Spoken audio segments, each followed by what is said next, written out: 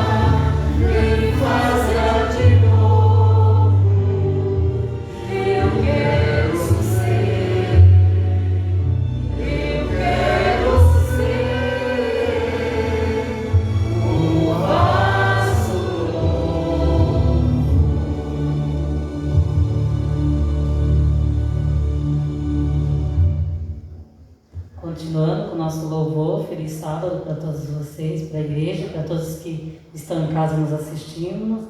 Cantaremos agora Porque Ele Vive.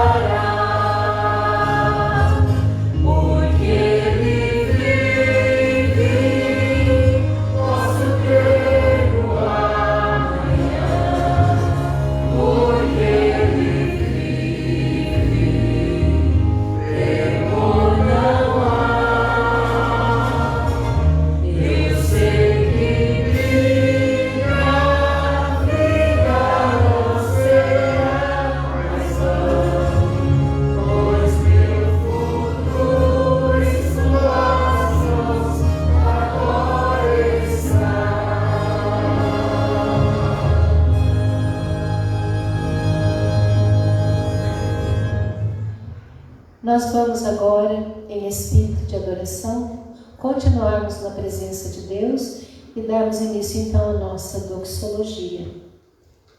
Sandálias. Todos em pé, por favor.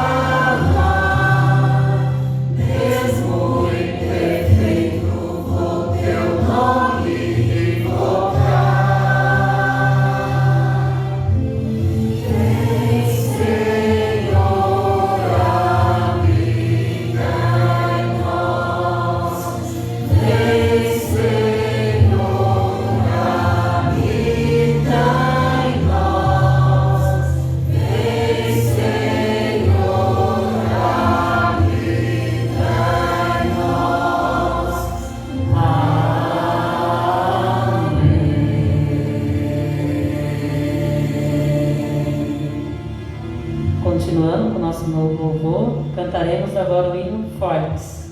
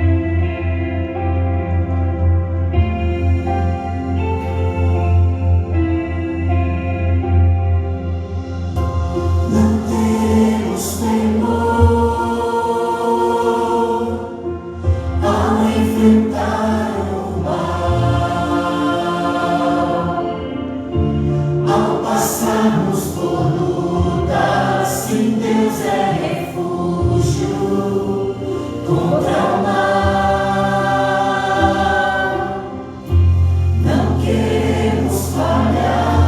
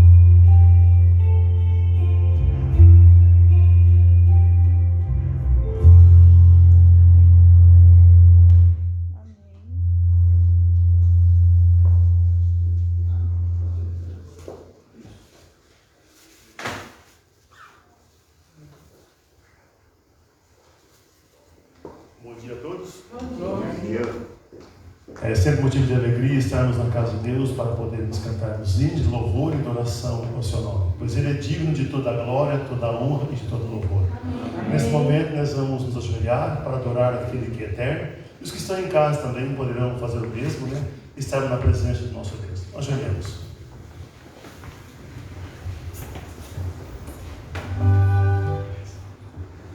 Nosso grande Deus e amado Pai, aqui nos encontramos prostrados em Tua presença para render a Ti a nossa adoração e em curso de louvor também, cantando hinos de adoração ao Teu nome. Amém. Porque Tu és digno de toda a glória, toda a honra e todo louvor. Amém. Nós, como seres humanos, estamos aqui prostrados em Tua presença. Não temos mérito algum para lhe apresentar. Nada temos de lhe oferecer a não ser por intermédio do nosso Senhor e Salvador em Cristo Jesus. Amém.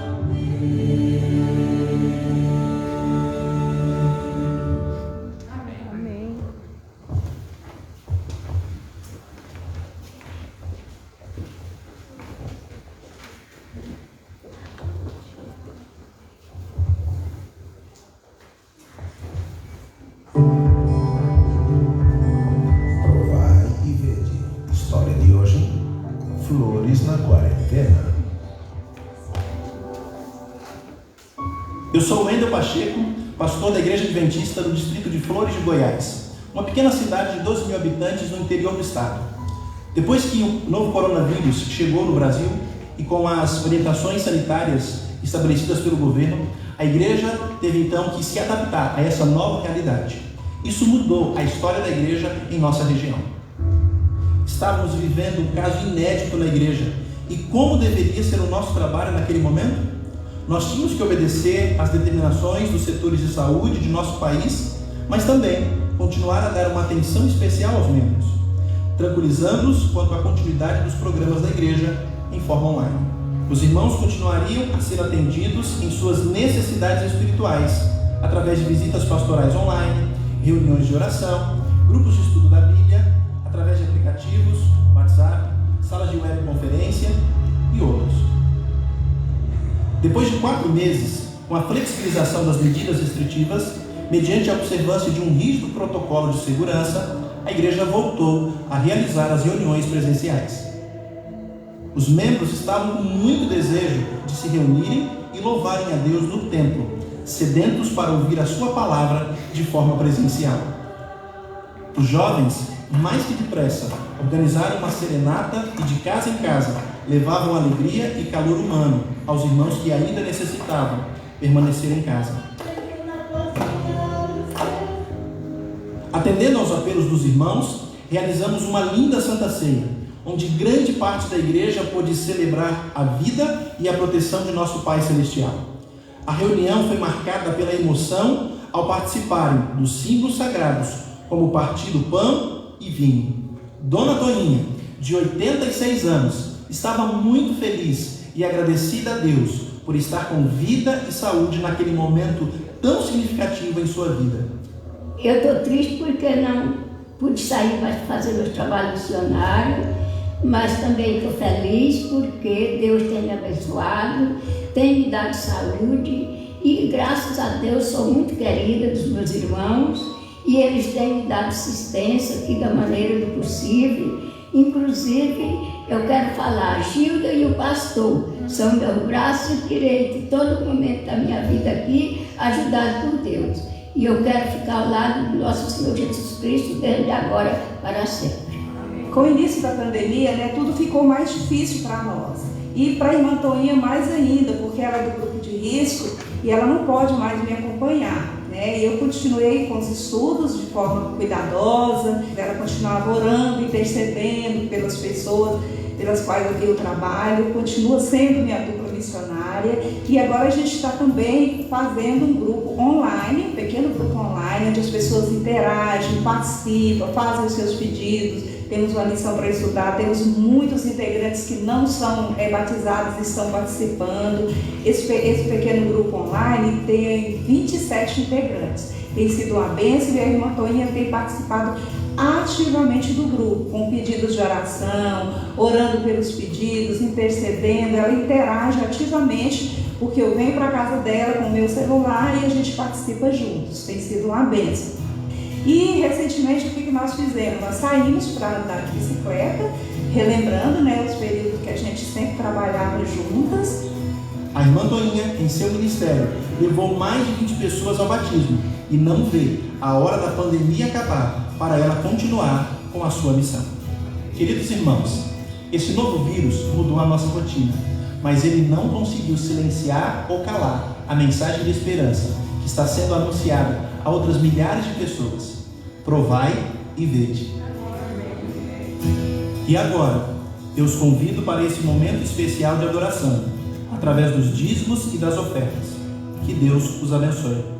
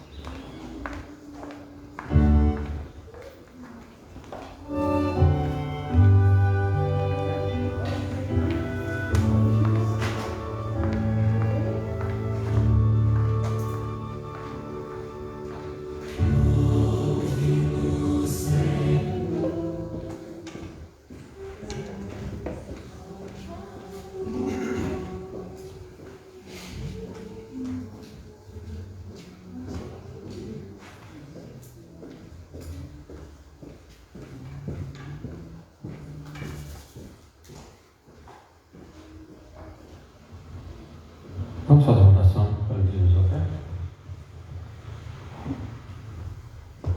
Senhor nosso Deus, olha, como é grato estar na tua casa e através dos dízimos e das ofertas também te adorar.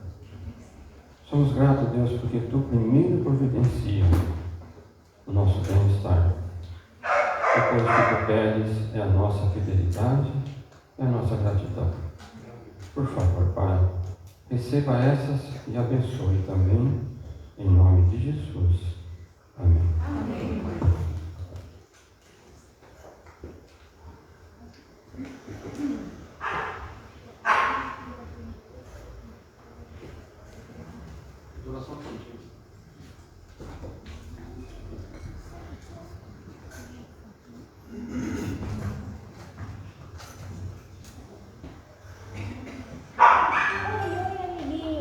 Bem com vocês, a Bíblia é um livro muito especial. Nela está escrito que muitas pessoas serviram a Deus de todo o coração. A Bíblia nos fala sobre muitos líderes que ouviam sempre a voz do Senhor e faziam a sua vontade.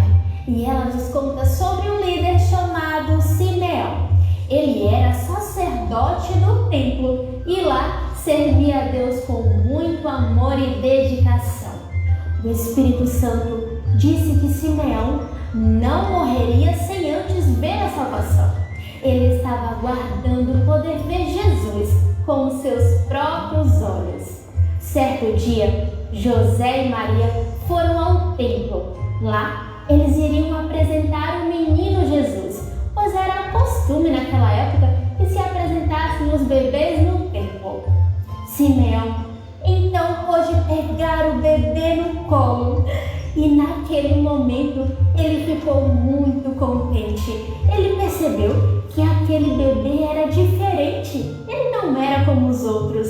Então ele pôde dizer para Deus: Ah, Senhor, tu podes agora despedir o teu servo em paz, pois os meus olhos já viram a salvação. Simeão estava feliz, pois ali ele estava apresentando o menino Jesus a Deus e tendo a certeza de que ele estava vendo a salvação. José e Maria também ficaram muito contentes ao ouvir o que Simeão disse. Um homem de Deus falando palavras tão especiais. E Deus coloca em nossa igreja líderes para cuidar dela. E é o nosso dever cuidar de cada líder que Deus coloca em nossa igreja. E como nós podemos fazer isso? Nós podemos sempre valorizar, elogiar o trabalho deles e também orar por cada um deles. Na Bíblia, em 1 João 4,15, nós lemos o seguinte: todo aquele que afirma que Jesus é o Filho de Deus, Deus vive unido com ele e ele vive unido com Deus. Agora eu convido você para orar comigo pelos seus líderes. Vamos orar? Bondoso Deus, nós queremos orar pelos líderes dessa igreja. Queremos pedir que o Senhor os abençoe e os guarde e que os faça muito felizes. Nós oramos em nome de Jesus. Amém.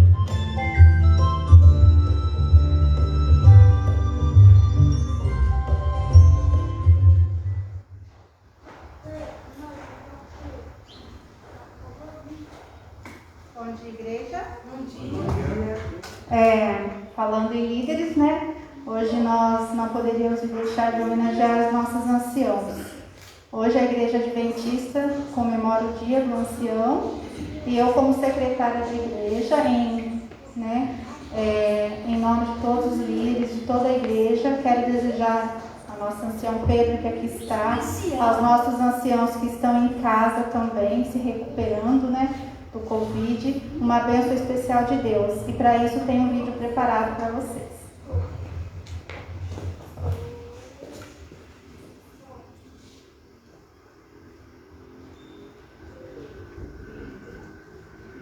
E da divisão sul-americana eu venho expressar o reconhecimento e a gratidão aos quase 60 mil anciãos e diretores de congregações pelo ministério, como tem levado como pastores associados na liderança da igreja.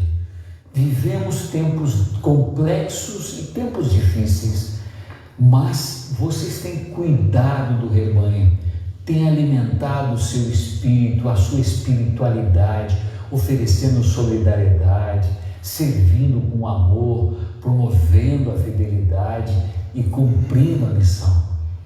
Queridos irmãos, quero convidá-los a ler 1 Pedro, capítulo 5, versículos 2 a 4. E quero dizer-lhes muito obrigado por tudo que estão dedicando. Veja, pastoreai o rebanho de Deus que há entre vós, não por constrangimento, mas espontaneamente, como Deus quer, nem por sorte da ganância, mas de boa vontade, nem como dominadores dos que vos foram confiados, antes tornando-vos modelos do rebanho. Ora, logo que o Supremo Pastor se manifestar, recebereis a inacessível coroa da glória. Muito obrigado. Querido ancião, tenha um dia muito feliz com a bênção de Deus. Pedro, você pode vir aqui à frente.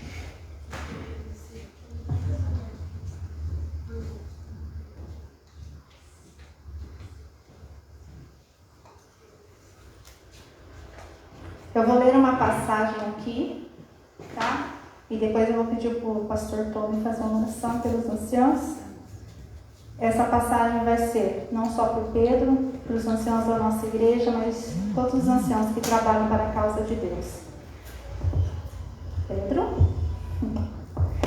Tu a quem tomei das extremidades da terra, e chamei dos seus cantos mais remotos, e a quem eu disse, tu és meu servo. Eu te escolhi e não te rejeitei. Não temas, porque eu sou contigo. Não te assombres, porque eu sou o teu Deus. Eu te fortaleço, te ajudo e te sustento com a minha destra fiel. Que Deus abençoe, Pedro. Um ancião sem a liderança também não é ancião.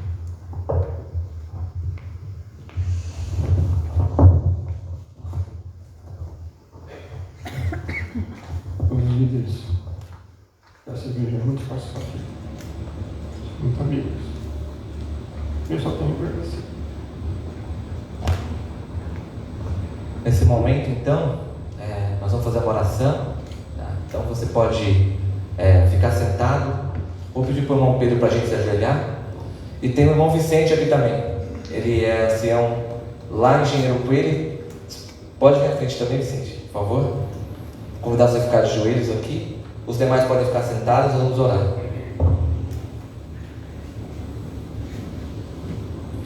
Senhor, nosso Deus, Pai eterno, obrigado pelo privilégio que o Senhor nos dá, Pai, de estarmos na Tua casa.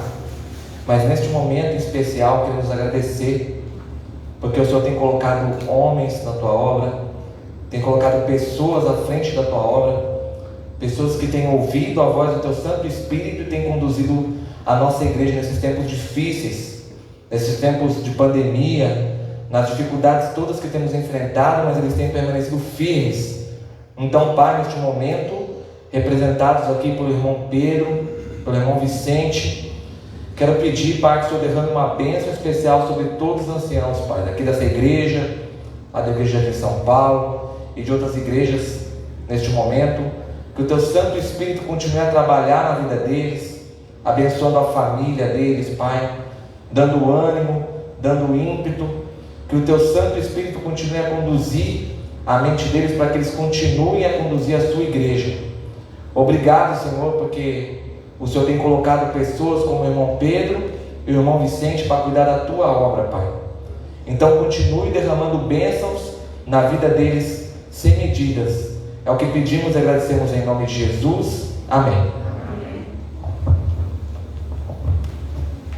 Temos a lembrança também do Michel, do Tiago e do Rogerinho. Uma notícia boa: o Michel disse que já no próximo sábado vai estar com a gente. E o Rogério vem, o Tiaguinho, logo está aí.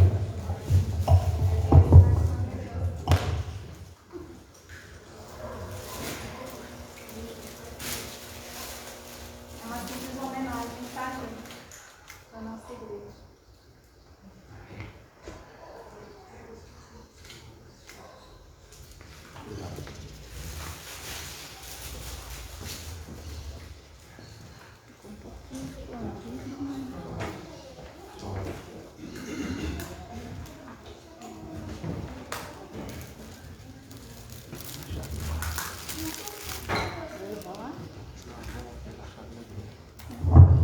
Bom dia. Opa, baixa um pouquinho, por favor. Um pouco alto. Acho que. Aí, melhorou. Um bom dia, feliz sábado. Mais uma vez um prazer estar aqui nessa igreja. Uma igreja que eu gosto bastante, viu, Vicente? Você gostou da igreja? Hoje eu trouxe meu amigo Vicente aqui comigo. Ele é ancião lá na igreja de São Paulo, Engenheiro Coelho. Bom, as igrejas lá estão fechadas. Lá em Engenheiro Coelho, há 2 semanas que teve um decreto do prefeito lá, mandou fechar as igrejas. Então a gente tem passado por isso, né? Idas e vindas, hora abre, hora fecha. Acabei de ouvir aqui, muito feliz de saber que o irmão Michel, da última vez que eu vim aqui, ele estava comigo aqui. Muito feliz de saber que ele está se recuperando, está bem, em breve vai estar aqui novamente. E muito feliz também, recebi o convite pelo irmão Pedro, mais uma vez, para estar aqui nessa manhã. E quero dizer para você que, para mim, sempre é uma alegria estar aqui com os irmãos. Eu quero convidar você a abrir sua Bíblia em Romanos, capítulo 7. Romanos, capítulo 7.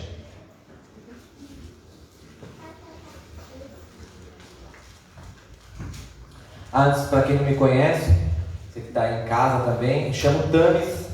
Eu sou estudante de teologia, no 3º ano aqui no NASP, e vim para cá, estou morando em Engenheiro Coelho desde 2019, sou natural de Caraguatatuba, São Paulo, lugar que eu gosto bastante. A minha esposa se chama Tamires, é Tamis e Tamires, acho que a maioria que sabe.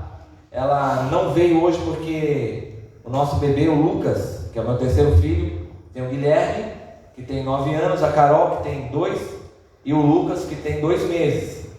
E aí ele acabou de ter 2 meses ontem, tomou uma vacina lá, e ele não está muito bem, está chorando, e por isso ela achou melhor acompanhar de casa, não está aqui. Mas a minha esposa é de São José dos Campos, nos conhecemos lá, no fórum, que eu era advogado, antes de vir para cá. E essa é a minha história. Mas antes de ler o texto bíblico aqui de Romanos 7, e nós vamos ler a partir do versículo 15, eu quero convidar você, nesse momento, a fechar os seus olhos, e nós vamos falar com o nosso Deus. Mais uma vez, oremos. Senhor nosso Deus, Pai eterno, neste momento, vamos abrir a Tua palavra, Pai. Vamos ouvir a mensagem que o Senhor tem para nós essa manhã. Então quero te pedir, Pai, neste momento, que o Teu Santo Espírito possa se fazer presente em nosso meio. E que tudo que for dito venha diretamente de Ti, conforme a Tua vontade. Que nesse momento eu seja esvaziado do meu eu e possa falar somente aquilo que for do Seu desejo, para que toque os nossos corações e possamos aplicar a nossa vida diária de cada dia. Oramos em nome de Jesus. Amém. Amém. Então, Romanos, capítulo 7, aqui a partir do versículo 15, tem uma passagem que do apóstolo Paulo. Vocês conhecem o apóstolo Paulo? O apóstolo Paulo, ele foi um discípulo depois que Jesus já tinha ascendido para o céu. O apóstolo Paulo, então, ele era um perseguidor de cristãos. Mas um dia ele tem um encontro com Jesus. Ele tem um encontro com Jesus, ele está a caminho. E aí, então, para perseguir cristãos, ele vê Jesus na frente dele, ele fica cego por um tempo, tem uma experiência lá. Mas fato é, então, que ele se transforma, se torna um grande pregador do Evangelho, um grande apóstolo de Cristo, mesmo tendo andado junto com Jesus. E alguns dizem até que ele pode ter sido até o maior apóstolo que já existiu. Fato é que ele foi o que mais produziu escritos, deu muitos conselhos para a igreja do tempo dele, e muitos conselhos que a gente aplica para nós hoje. E o mais interessante é que, além de ele dar conselhos para a igreja, conselhos para nós, ele também expressa sentimentos, que é nessa passagem que a gente vai ler agora. E então ele expressa esse sentimento aqui, que é justamente talvez você passe por isso na sua vida, ou já tenha passado por isso. Então vamos ler o que diz a palavra de Deus. Romanos capítulo 7, versículo 15. Então o apóstolo Paulo ele diz assim: porque nem mesmo compreendo o meu próprio modo de agir, pois não faço o que prefiro, e sim o que detesto. E aí ele continua no versículo 16: ora, se faço o que não quero, consinto com a lei que é boa. Nesse caso, quem faz isso já não sou eu, mas o pecado que habita em mim. Porque eu sei que em mim, isso é, na minha carne, não habita bem nenhum, pois o querer o bem está em mim, não porém o efetuá-lo. Ele prossegue, versículo 19: porque não faço o bem que prefiro, mas o mal que não quero, esse faço. Mas se eu faço o que eu não quero, já não sou eu quem o faz, e sim o pecado que habita em mim. Então, ao querer fazer o bem, encontro a lei de que o mal reside em mim. Porque no tocante ao homem interior, tenho prazer na lei de Deus, mas vejo nos meus membros outra lei que, guerreando contra a lei da minha mente, me faz prisioneiro da lei do pecado que está nos meus membros. Resumo da história aqui, então, ele fala que ele quer fazer o bem, mas ele não consegue fazer o bem. Ele tem prazer em fazer a vontade de Deus, ele sente isso, ele sabe o que é certo.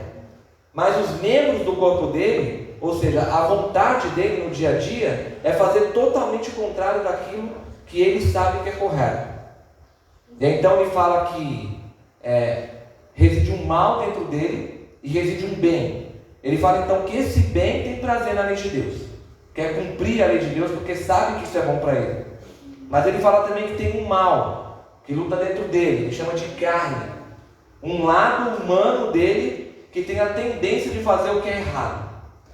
E aí eu falo com você nessa manhã Talvez você já tenha passado por isso, talvez você passe por isso. Você conhece uma pessoa, talvez você já tenha passado por isso. Você conhece a verdade, se torna cristão, aceita a verdade bíblica, se batiza, se torna um cristão adventista do sétimo dia, e aí então você sente aquela alegria. Se eu perguntar aqui para você, eu tenho certeza que a maioria aqui vai lembrar do dia do batismo. E quando você sai do tanque batismal, e eu falo isso de mim, quando eu saí do tanque batismal, sabe o que eu pensava? Que a partir dali a minha vida seria perfeita.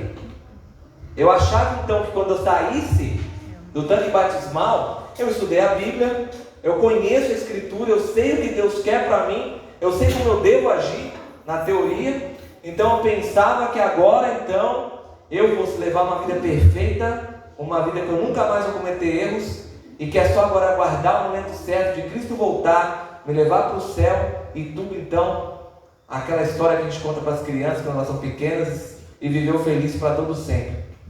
Mas a verdade, queridos, é que o texto bíblico então ele fala para nós que enquanto nós estivermos nesse mundo, enquanto nós vivemos nesse mundo, enfrentaremos problemas, enfrentaremos dilemas e provações. Eu quero contar uma história para você. Essa é uma história verídica, aconteceu no tempo da Idade Média lá, e tinha 3 cidades que lutavam entre si, 3 reis, e diz que um rei de uma dessas cidades, no início da batalha, logo no começo da batalha, quando ele fez a primeira investida contra a primeira cidade, ele já foi morto, logo no começo. E vocês sabem, se você já leu livros de história ou assistiu algum filme de época, aí você vai saber que o rei, ele tinha um papel primordial na batalha. O rei representava a força do país, da cidade, a força do exército. É por isso que no xadrez, por exemplo, no jogo de xadrez, o objetivo é você, o checkmate é você conseguir ali pegar o rei da outra pessoa. Vem dessas batalhas lá da Idade Média. Mas fato é então que ele morre. O general, ao perceber aquilo, para que o ânimo da tropa não caísse, o que ele fez? Então ele estava na frente da batalha com o rei, num carro chamado liteira, um carro fechado, e colocou então o rei ali no colo dele, literalmente, e ele levantou o braço para o rei por fora da janela e foi fazendo um gesto como se o rei estivesse vivo ainda. E ele gritava ali para a tropa: vamos à frente, vamos à frente. E a tropa, vendo aquilo, vendo que o rei sofreu um golpe, mas que não estava morto, pelo contrário, estava ainda incentivando ali a luta. Então, em vez daquelas pessoas desanimarem, aquela tropa desanimar, eles ficaram mais animados ainda. E a história conta então que eles venceram aquela primeira batalha, e depois o ímpeto deles estava tão grande que eles já partiram para outra cidade, venceu a segunda batalha, então venceram a guerra. Então, quando termina, o general ele vai fazer aquela preleção, aquele momento de comemoração também, e então ele conta a história para aquelas pessoas, para aquela tropa, daqueles soldados, que na verdade o rei havia sido morto desde o início. E ele conta a história então, como que eles conseguiram vencer a batalha, que foi pelo ânimo de acreditar que aquele rei estava vivo. Eu quero falar para você que a nossa vida espiritual, ela é da mesma forma. É do mesmo jeito. Quando você se torna cristão, quando você busca fazer a vontade de Deus, ainda assim aquela natureza que você tinha anterior, aquela natureza humana que você tinha, ela permanece com você. A diferença que faz é qual vai ser a natureza que você vai ouvir, é qual vai ser a natureza que você vai alimentar. E o pastor Bulhon, ele conta uma história muito interessante. Aliás, eu tive o privilégio esse semestre de ter uma aula com o pastor Bulhon lá na faculdade. A vantagem do Zoom é essa, era pelo Zoom. Então ele deu uma aula lá pra gente, eu já lembrei, porque quando eu me tornei adventista do sétimo dia, antes de eu me batizar, eu li um livro que eu recomendo para você que lê, se não tiver lido. Esse é um livrinho bem fininho, ele chama Conhecer Jesus é Tudo. E nesse livro, Conhecer Jesus é Tudo, o pastor Bulhão conta essa experiência também. É uma experiência que ele fala que, ele faz uma comparação, faz várias comparações ali, mas uma das comparações que ele faz é justamente, ele fala que quando a gente se torna cristão, é como se tivesse uma guerra de duas feras dentro de você. 2 leões. Um leão que simboliza a sua vida, no pecado, e um outro leão que simboliza a sua nova vida convertida. Então ele fala que você coloca 2 animais para lutarem, e se você deixar eles com o mesmo treinamento, com a mesma alimentação, eles vão estar sempre ali. Hora um vence, hora outro vence. Isso aí simboliza o cristão que fica dentro da igreja, mas também fica com o pé fora da igreja. Então ele está aqui ouvindo a mensagem bíblica, está aqui louvando a Deus, mas ele também está lá fora. Está ouvindo música secular, está conversando coisas que de repente não deveria estar conversando, está frequentando certos lugares que talvez não fosse o lugar certo para ele frequentar. Então ele fica nessa vida dividida. Quando você então vem de vez em quando na igreja e não estuda a lição, não estuda a Bíblia, não ora, não mantém uma comunhão com Deus no seu dia a dia, é a mesma coisa que você alimentar mais aquele outro leão, aquele leão do pecado, e ele vai, com o tempo, ele vai derrotar a sua vida espiritual. E por outro lado, ele fala que quando você estuda a Bíblia regularmente, quando você ora, mantém um relacionamento com Deus diário, você alimenta essa sua nova natureza convertida, e com o tempo ela vai vencendo essa natureza de pecado. Lá em 1 Pedro, capítulo 5, versículo 8, 1 Pedro 5, verso 8, irmãos, ela fala assim, ó, vai mudar um pouquinho, tá? Conforme a versão da Bíblia, mas fala assim, que o diabo, o vosso adversário, ele anda circundando, anda em volta como um leão, buscando a quem possa tragar. Então veja, ele fala que o diabo, nosso inimigo, nosso adversário, ele anda à nossa volta como um leão, buscando a quem possa tragar. Nos tempos bíblicos, um desses ataques que ele poderia sofrer era do leão da montanha, que na verdade é a leoa. Vocês sabem que é a fêmea que caça, né? O leão da montanha, ele ficava ali andando, então ele já estudava os passos do pastor com aqueles animais. Então o leão, ele fica ali por cima da montanha, observando embaixo, observando a passagem, vendo qual que é aquela ovelha que fica um pouquinho mais longe do rebanho, aquela ovelha que está um pouquinho mais fraca, então ele vai e ataca aquela ovelha. E o apóstolo Pedro aqui, ele fala para a gente que Satanás, ele usa exatamente a mesma estratégia. Ele usa exatamente a mesma estratégia do leão. Ele fica andando em volta, circulando em volta da igreja, circulando em volta daqueles que acabaram de se converter, daqueles que aceitam Cristo, daqueles que buscam fazer aquilo que é correto, esperando um momento para que ele possa te atacar. Então é exatamente isso que essa passagem diz. Ellen White, ela escreveu no livro Evangelismo, na página 358, uma frase para a gente pensar que é assim, ó. Quando alguém do povo se desvia dos seus pecados, se converte, supõe acaso que Satanás o deixará em paz? De modo nenhum. A verdade, querido, é que quando você busca fazer a vontade de Deus, quando você busca andar nos caminhos corretos, é aí que a sua dificuldade vai aumentar. Então, se você passa provações, se você busca a Deus em oração, busca a Deus no estudo da palavra, procura ter uma vida correta dentro do que é possível pela graça de Cristo, pelos méritos de Cristo, mas ainda assim você sente que você não é bom o suficiente. Você está ali, você acabou de orar, sabe aquele dia, já aconteceu comigo. Eu morava em São Paulo. Vocês não têm ideia do que é morar em São Paulo, é horrível, eu não gosto. Minha esposa ama São Paulo, ela sempre morou em cidade grande, mas eu não gosto. Mas o fato é que eu passava muito por isso. Você está orando, você acordou bem cedo, fez uma oração, aquele culto, e aí você estuda, e você ouve aquela mensagem, se sente fortalecido, e aí você sai na rua de carro, de repente o rapaz da moto passa com tudo e freia, do nada ele tive que frear, quase bati, e aí te dá aquele, você já vai e xinga o cara, porque você podia ter atropelado ele, e aí você pensa, que cristão eu sou, né? Acabei de orar, acabei de pedir para Deus, eu estava ali sentindo um momento que eu já me senti arrebatado no céu, e aí eu saio de carro, alguém entra na minha frente, e eu já, se eu descesse do carro é perigoso até brigar com essa pessoa. E aí, a gente passa por momentos como esse na vida, E fique sabendo que você vai passar por isso muitas vezes ainda. Talvez não isso, talvez uma outra coisa. E cada um de nós, a gente tem defeitos, temos temperamentos. Alguns têm um temperamento mais calmo, outros um pouco mais enérgico. Eu quero falar para você que não importa o que você faça, não importa a maneira que você seja, os problemas ainda vão te acompanhar. As provações dessa vida ainda vão te acompanhar.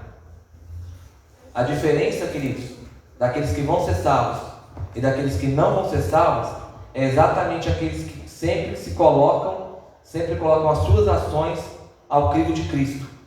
É aquele que, quando comete um pecado, ele automaticamente se arrepende, pede perdão para Deus e tenta ser uma pessoa melhor. E aí, se ele cometer um outro pecado novamente, ele novamente pede perdão para Deus, confessa sinceramente o seu pecado e tenta ser uma pessoa melhor.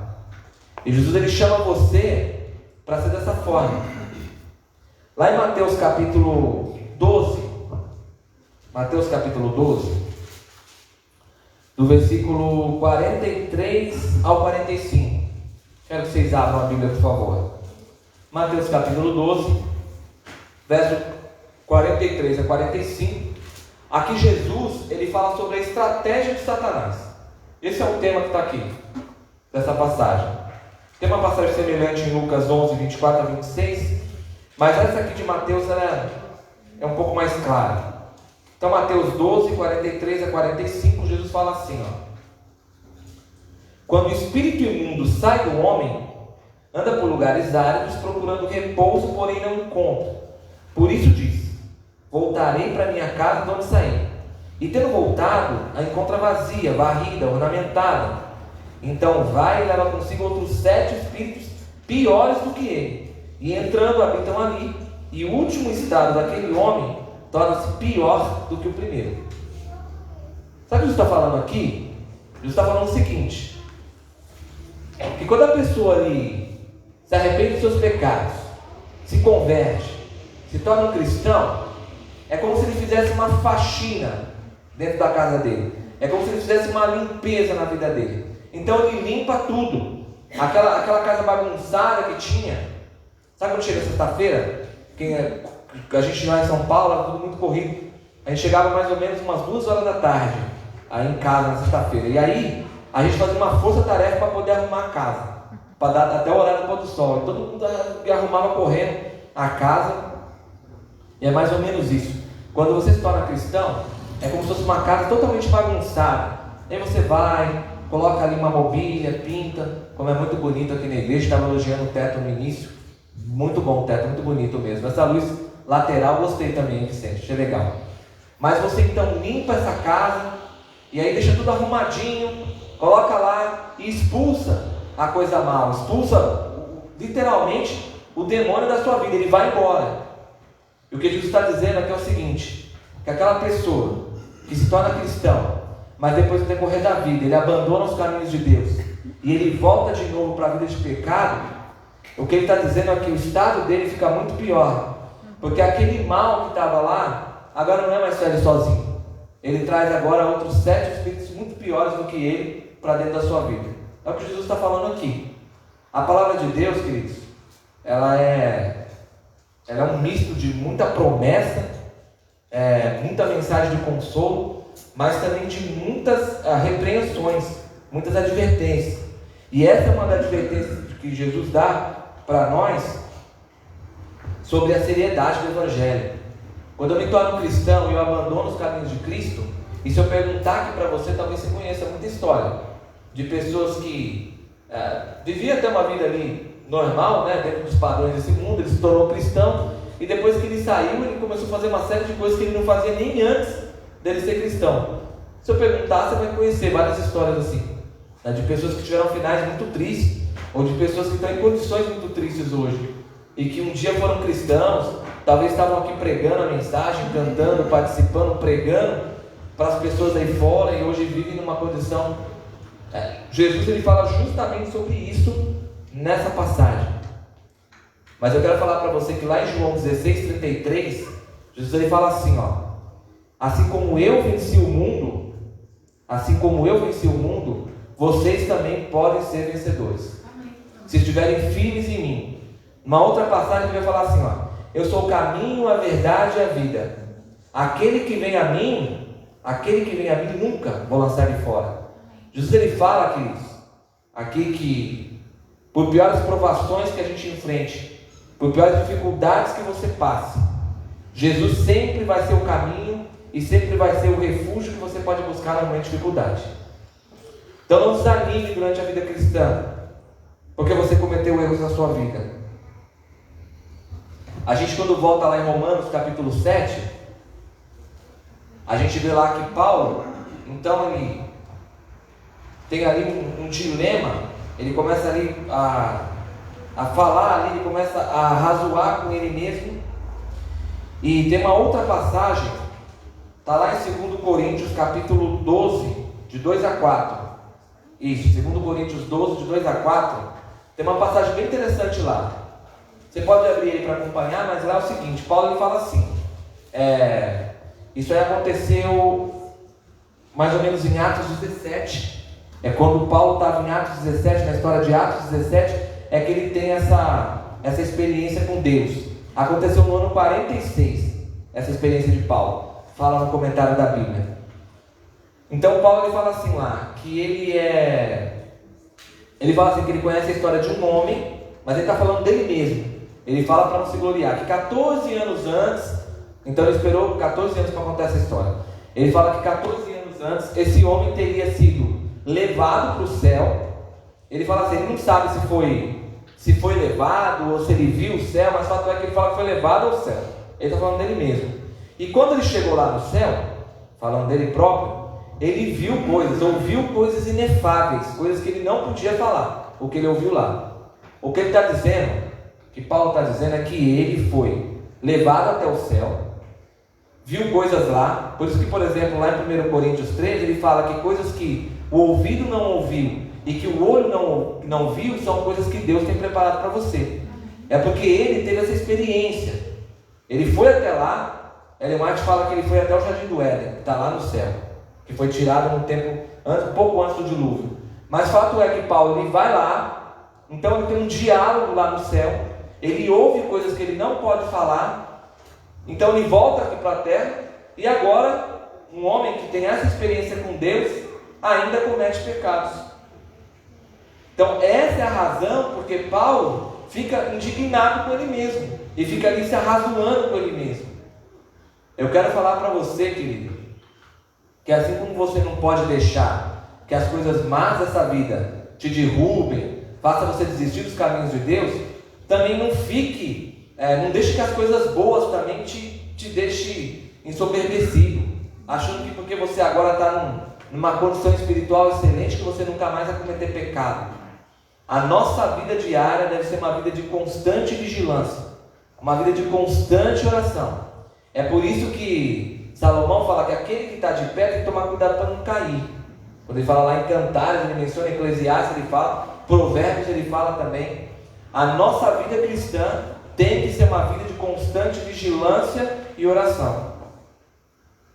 Paulo, quando ele fala quem me livrará do corpo dessa morte, e ele escreve isso para os romanos, porque eu não sei se vocês sabem, mas o soldado romano, se ele cometesse um crime contra alguém da mesma tropa, ele sofria uma pena muito dura. Se ele cometesse um assassinato contra alguém da mesma tropa dele, ou se ele matasse um civil inocente, e a pena era muito dura, porque aquele corpo, Vicente, era amarrado nas costas dele com correntes, e ele era amarrado no moinho, e ele tinha que ficar correndo, sendo achicotado ali em volta daquele moinho, com aquele corpo nas costas dele, até que aquele corpo apodrecesse ali, para que então ele pudesse se livrar. E por isso que Paulo, aqui, quando ele fala quem me livrará do corpo dessa morte, ele está querendo dizer para a gente que enquanto a gente estiver nessa vida, nós carregaremos nossos pecados nas nossas costas.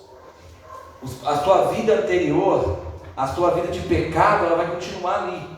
O salmista Davi, no Salmo 51, versículo 5, ele fala que desde que ele foi concebido, e desde que você é concebido no ventre da sua mãe, você já é concebido em pecado, com uma natureza pecaminosa, com uma vontade de cometer pecados.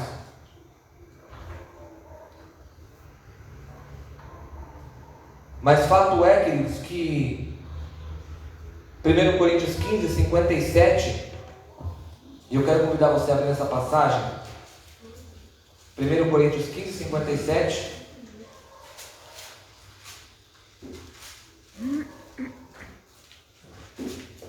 Coríntios 15, 57. Tem uma mensagem de esperança que Paulo se fundamentava e que serve para nós nos fundamentarmos também, que diz: graças a Deus que nos dá vitória por intermédio de nosso Senhor Jesus Cristo. Se você enfrenta batalhas na sua vida espiritual, se você enfrenta batalhas no seu dia a dia, na sua casa, no seu trabalho, ou com você próprio, com seus dilemas, com as suas decisões, com as suas imperfeições, com qualquer decisão que você tem que tomar na sua vida, a palavra de Deus fala que Jesus nos dá vitória, de que Deus nos dá vitória por meio de Jesus. Eu quero finalizar contando uma história, e essa é uma história verídica, que diz então de um certo homem chamado Manuel, que tinha um pomar de laranjas. Ele havia comprado de laranja, o Vicente entende também. O Vicente entende de tudo, viu, que vocês imaginarem. Tudo que eu quero saber eu pergunto para ele. Ele conhece cultura daqui da região, enfim, uma hora eu conto um pouco dele para vocês. Mas fato é então que esse homem, ele comprou um campo, fazer uma plantação de laranja, e tinha pés de limões lá no meio. O que ele fez? Ele podou os limões, aproveitou aqueles pés de limões para fazer enxerto de pés de laranja. Então uma das determinações que os funcionários tinham era: você tem que estar sempre podando os enxertos, as árvores que foram utilizadas como enxerto, porque senão o limão pode brotar. E essa era uma determinação que ele tinha dado para aqueles empregados. E diz então que todo ano ele promovia uma festa anual ali no pomar dele, chamava Festa da Laranja, e então ele levava ali umas pessoas, levavam crianças, e era um domingo ali onde a criança podia ir lá e colher laranja. Então quem tem filho aí na idade entre 5 e 10 anos sabe a alegria que é isso aí com a criança. Eles iam lá e colhiam laranjas, e fato é que uma dessas crianças, o menino, ele chegou com uma cesta onde tinha laranjas e limões. E aí quando ele chegou com essa cesta, as pessoas ficaram imaginando que ele era para ficar em determinado lugar, ele foi para outro. Pensaram um monte de coisa, mas o dono do pomar viu isso e mostra pra gente não que você colheu essas laranjas verdes aí, que eram limões. E aí ele levou até o pé e estavam lá, laranjas misturadas com limões, porque algum dos empregados não tinha tomado cuidado de podar corretamente ali os brotos que iam nascendo junto com o enxerto. E fato é então que havia limões e laranjas junto. E aí ele explicou para aquelas pessoas que ia precisar. Agora era muito mais difícil tirar sem danificar as laranjas, mas ele ia precisar tirar aqueles brotos de limões ali, porque o limão era tão forte que além de ele deixar a laranja azeda, eles iam continuar crescendo até que a laranja não ia mais conseguir crescer lá. E aí essa aplicação a gente faz para a nossa vida espiritual. O pecado, queridos, o pecado é exatamente aqueles limões lá, que a gente tem que estar parando a cada dia da nossa vida. A gente tem que estar procurando cada vez tirar as coisas que a gente sabe que não são boas da nossa vida, porque senão elas vão tomando conta, até que vai chegar um momento que você não tem mais como se livrar das consequências do pecado. E a outra aplicação é que quando você faz isso, é um processo doloroso, nem sempre às vezes é fácil. Quem mexe com plantação sabe, você se espinha lá quando você vai cortar as coisas, você se machuca, você acaba danificando a laranja que não era para danificar. A vida cristã vai ser desse jeito até a volta de Cristo. Mas não desanime, porque em Filipenses 4, versículo 13, uma passagem bíblica na NVI diz assim: tudo posso em Cristo que me fortalece. E você tudo pode se você confiar em Jesus. E esse é o meu desejo para você nessa manhã. Que Deus abençoe, essa igreja, e que o Espírito Santo continue a conduzir a sua vida. Amém. Vamos ficar de pé nesse momento e nós vamos encerrar com uma oração. Senhor nosso Deus, Pai eterno, obrigado, Pai, porque ainda que sejamos falhos, pecadores, ainda que cometamos erros, sabemos que Basta aceitarmos o sacrifício de Cristo. Basta aceitarmos a sua graça pela fé. E o Senhor nos livrará do pecado, Pai. Sabemos, Senhor, que podemos buscar a Ti o refúgio, Pai. Sabemos que podemos buscar a Ti socorro em qualquer momento da nossa vida. Então, Pai, te peço que não venhamos desanimar com as dificuldades que enfrentamos nesta vida. Que tenhamos força de saber que Cristo morreu na cruz como se existisse apenas eu. Que Cristo Ele ama cada pessoa como se apenas existisse apenas ela nesse mundo, Pai. Então o nosso valor é um valor inestimável. É um valor que não pode ser pago, porque custou o sangue de Cristo. Então, Pai, toque o nosso coração, toque a nossa mente, para que tenhamos em mente que já somos vencedores por meio de Cristo. Nos dê força, nos dê ânimo, Pai. Quero pedir, Senhor, que abençoe aqui a igreja central de Mojimirim. Amém. Mais uma vez te peço que abençoe os anciãos dessa igreja, a liderança dessa igreja, Pai. Amém. Abençoe cada membro, cada irmão, cada amigo dessa igreja. Amém. Cada família dessa igreja, Pai. Amém. O inimigo está muito nervoso, está bravo, atacando todas as frentes que ele pode, Pai. E ele quer destruir a liderança, ele quer destruir as famílias. Ele quer fazer com que o máximo de pessoas se percam. Porque como para ele não tem mais jeito, ele quer também que as pessoas acreditem nisso, Pai. Mas, Senhor, que o Teu Santo Espírito toque no coração, para que as pessoas entendam, para que nós entendamos que Cristo quer nos salvar a cada dia. E que Ele é o caminho, Ele é a vida. Que basta que nós olhemos para Ele a cada dia do nosso ser, Pai. Amém. Amém. Permaneça conosco nesse sábado. Oramos em nome de Jesus. Amém. Amém. Queremos agradecer ao pastor Camis. Ele vai estar cumprimentando nossos irmãos na saída, aqui em cima mesmo. E que os irmãos tenham aí um ótimo regresso para casa e um ótimo e um feliz sábado para todos. A posição é essa daqui, tem que parecer a tela toda, tá? Tanto que aqui, ó, fica diferente a imagem. Não sei se você já viu pelo seu. Aqui eu já vou inserir.